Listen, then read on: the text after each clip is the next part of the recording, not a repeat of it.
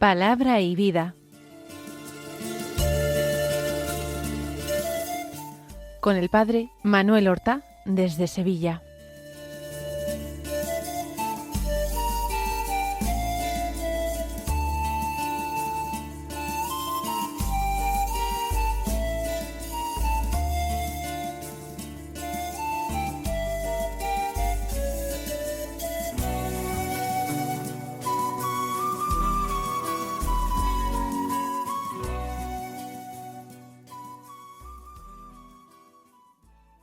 En el nombre del Padre, y del Hijo, y del Espíritu Santo.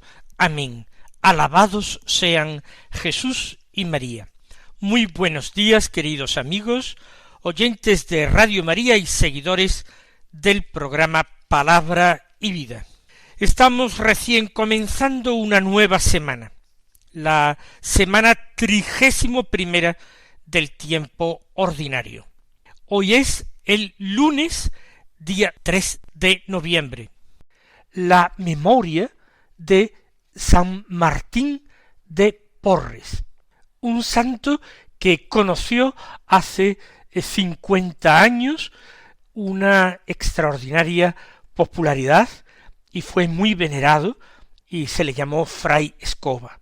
Nació en Lima, en el Perú, en el año 1579, de padre español y madre mulata.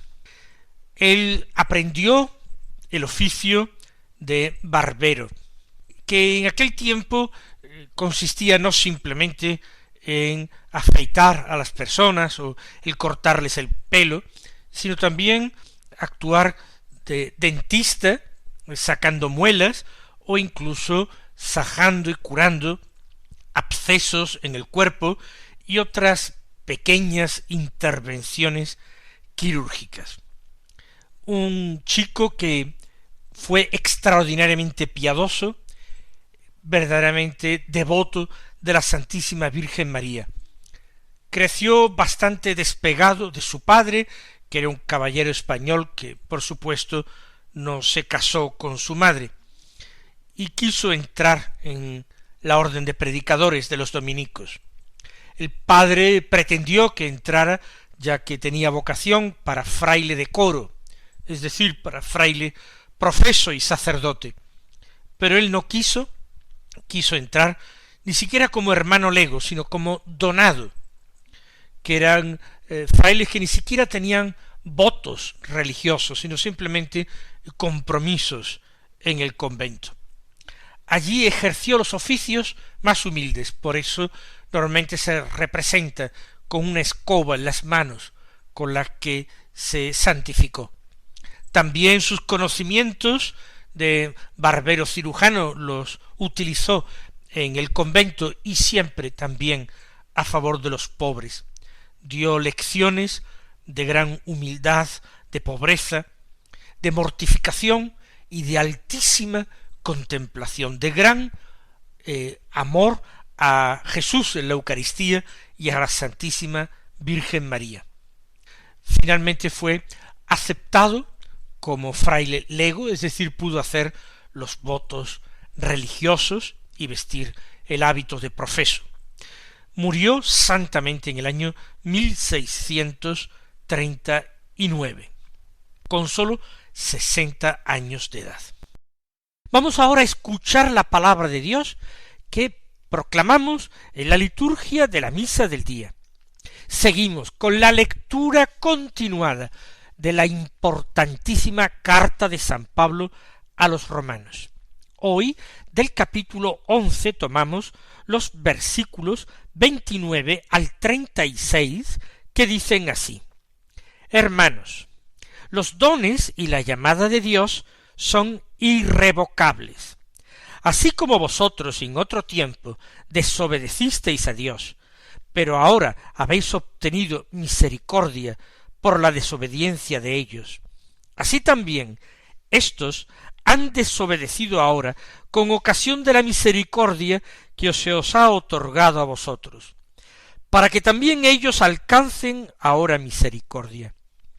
Pues Dios nos encerró a todos en desobediencia para tener misericordia de todos. ¡Qué abismo de riqueza, de sabiduría y de conocimiento el de Dios! ¡Qué insondables sus decisiones y qué irrastreables sus caminos! En efecto, ¿quién conoció la mente del Señor? ¿O quién fue su consejero? ¿O quién le ha dado primero para tener derecho a la recompensa? Porque de Él, por Él y para Él existe todo. A Él la gloria por los siglos. Amén. Ya en la lectura del último día del sábado, quiero decir del último día que escuchábamos la carta de San Pablo a los romanos. En el último día, ya a propósito del pueblo de la antigua alianza, del pueblo de Israel, al que Pablo pertenece, había dicho que los dones y la llamada de Dios son irrevocables. Esto lo había dicho, como digo, en relación al pueblo de Israel, que en aquel momento estaba dando la espalda a Cristo, que lo rechazaba como Mesías. Y sin embargo, Pablo no perdía la esperanza. Pablo sabía que todo esto obedecía a planes de Dios, y los planes de Dios siempre son planes de amor y de salvación. La providencia divina lo calcula todo.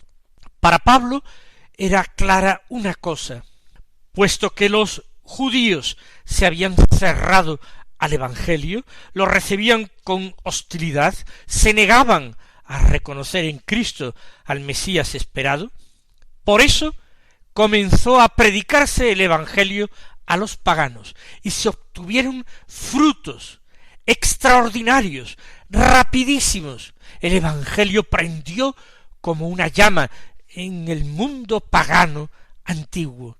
En pocos años, desde Palestina hasta el norte, el Asia Menor, Grecia y hasta Italia, Roma, todo conquistado por el Evangelio, sin planes precisos de evangelización, sin proyectos, sin estrategias, muy sencillamente, misioneros que con fe y entrega y con un amor extraordinario a Jesucristo lo anunciaban a sus contemporáneos, lo predicaban a todos porque pensaban que ese era el gran tesoro que habían descubierto y que era necesario compartir esas indescriptibles riquezas. Por tanto, Pablo comienza precisamente de nuevo con esta idea. La llamada de Dios es irrevocable, la llamada a Abraham y a la descendencia es irrevocable. Pero, así como vosotros en otro tiempo desobedecisteis a Dios, efectivamente los paganos no siguieron, no ya la ley, pero su razón natural, porque Dios les había dado inteligencia y razón y sensibilidad para descubrirle, y a pesar de eso, los paganos no siguieron la razón, no siguieron las luces naturales que Dios les daba, se volvieron a los ídolos, se hicieron dioses de madera y de piedra y de metal, y se postraron ante ellos. Vivieron totalmente de espaldas a la ley de Dios, que sin embargo era una ley natural inscrita en lo profundo de sus corazones, y que todos podrían llegar a descubrir. Adoraron hasta animales, adoraron fenómenos naturales como el rayo, la luna, el sol, los astros, adoraron árboles, ríos, mares. Toda esa abominación cometió el mundo antiguo.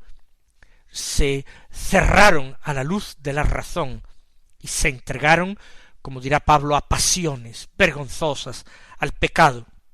En otro tiempo desobedecisteis a Dios, vosotros, los paganos, pero ahora habéis obtenido misericordia por la desobediencia de ellos. Gracias a la desobediencia de Israel se os ha anunciado el Evangelio, os habéis convertido y ahora alcanzáis misericordia y os salváis. ¡Qué plan el de Dios! ¿A quién se le podría ocurrir una cosa semejante?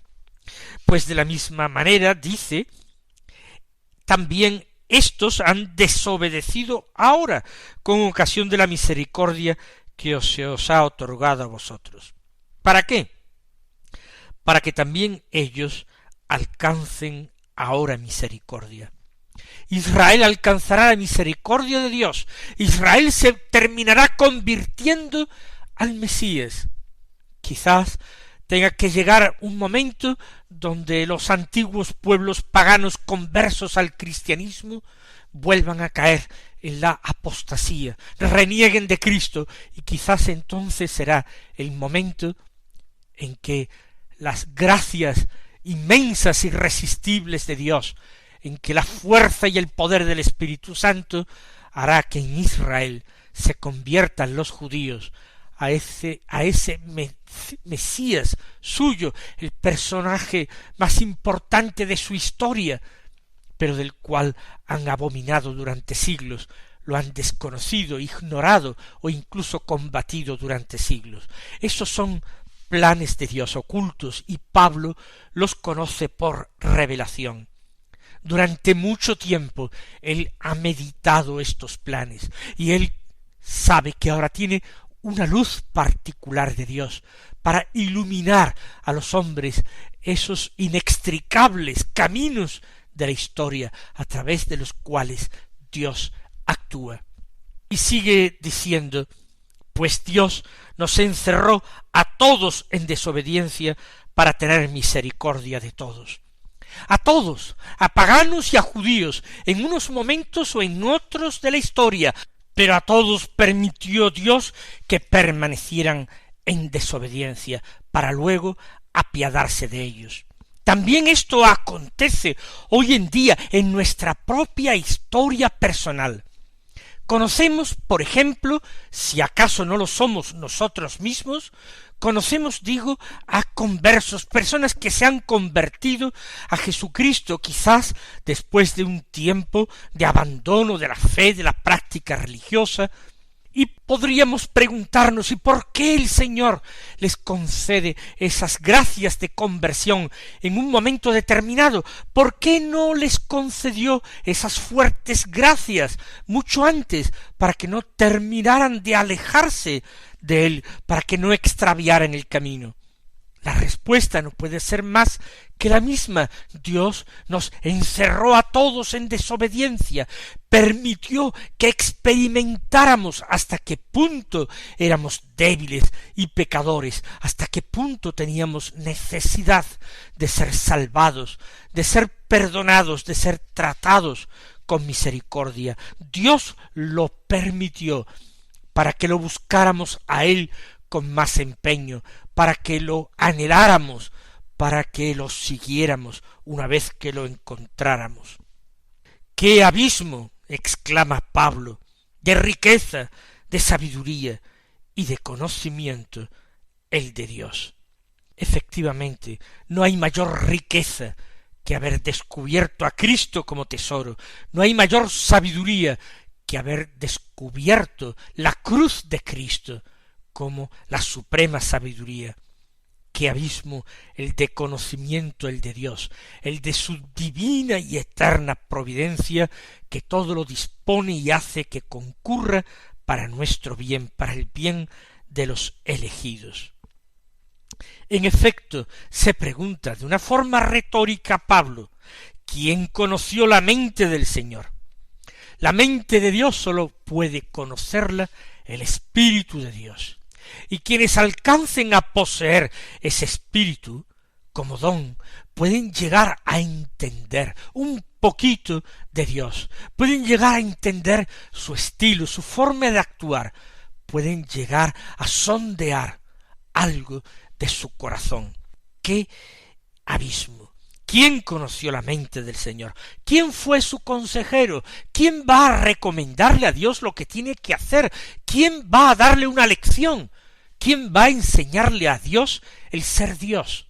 Dejémosle actuar como Dios, ser como Dios, maravillémonos con sus planes, adoremos su providencia, busquemos cumplir su voluntad, amémosle con todo el corazón, que es lo que Él nos manda, es el primer mandamiento que Él nos deja.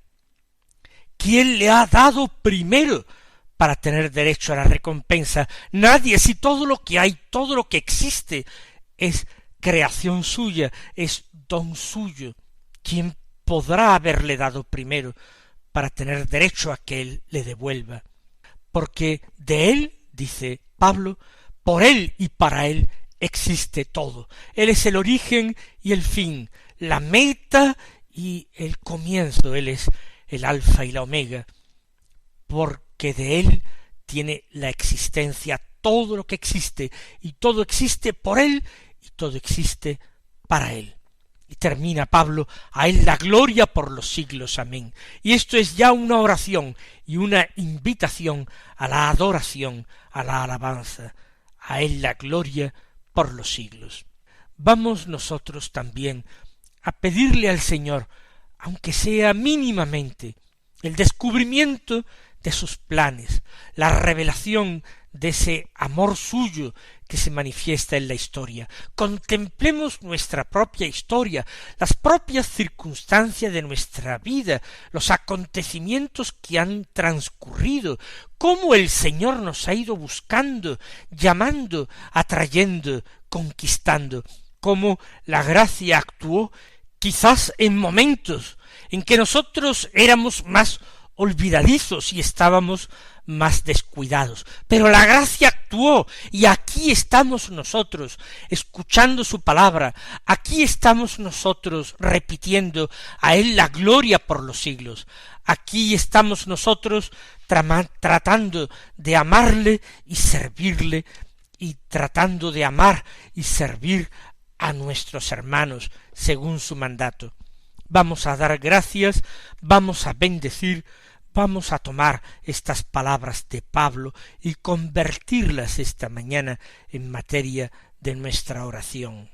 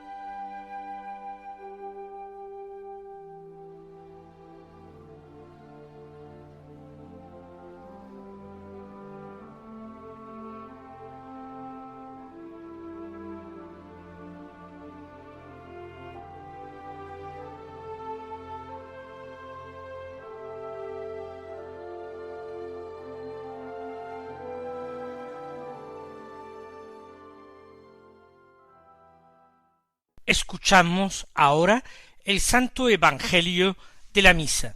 El Evangelio son solamente 3 versículos.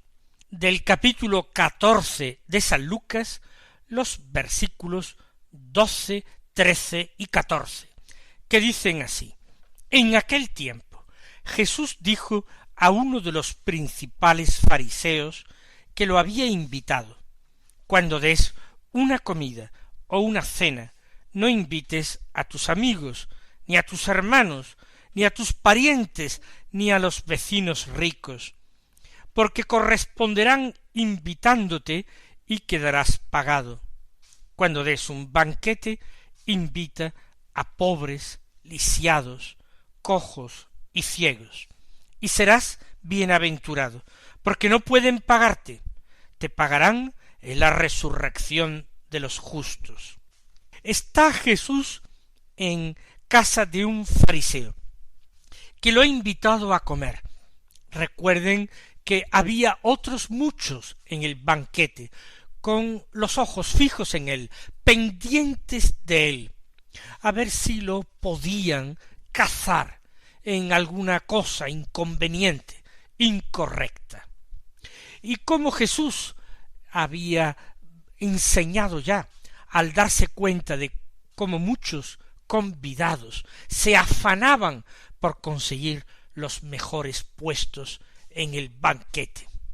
El Señor había enseñado a escoger el último puesto, para que así sea el Señor quien nos enaltezca, quien nos suba más arriba. Ahora Jesús aprovecha la ocasión del banquete para dar otra lección a su anfitrión. Es uno de los principales fariseos el que lo ha invitado. Y dice, cuando des una comida o una cena, en definitiva, un banquete, no invites a tus amigos, ni a tus hermanos, ni a tus parientes, ni a los vecinos ricos.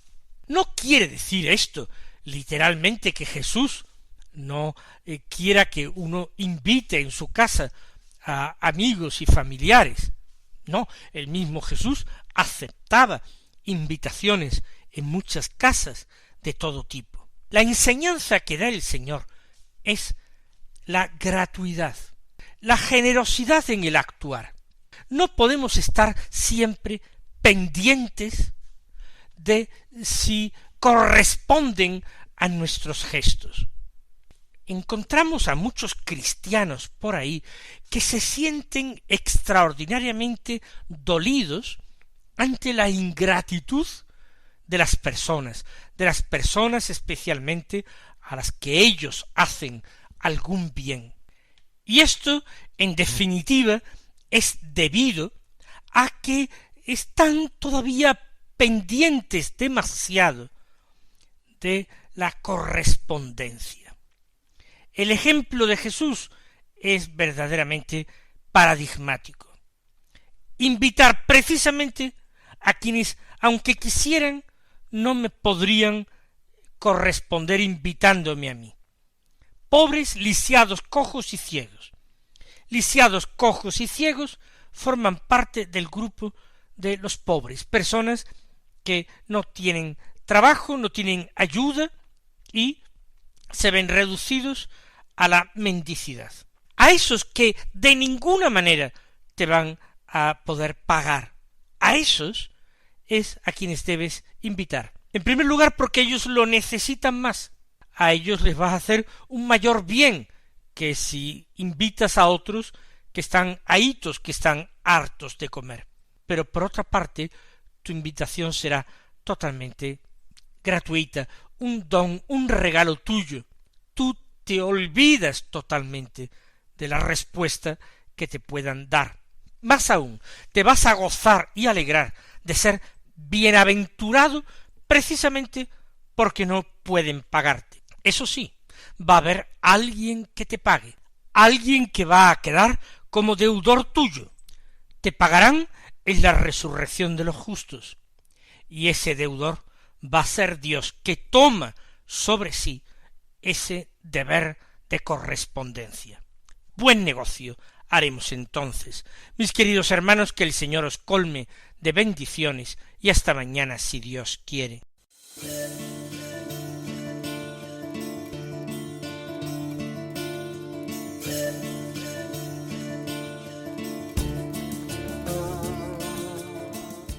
Han escuchado en Radio María Palabra y Vida,